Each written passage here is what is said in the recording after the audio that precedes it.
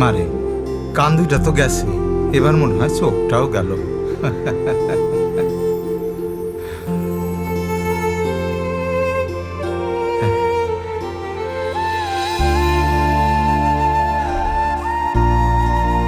পেশাগত দায়িত্বে থাকা ডিএমপি ট্রাফিক বিভাগের 11.8% সদস্যের শ্রবণ শক্তি ক্ষতিগ্রস্ত হচ্ছে।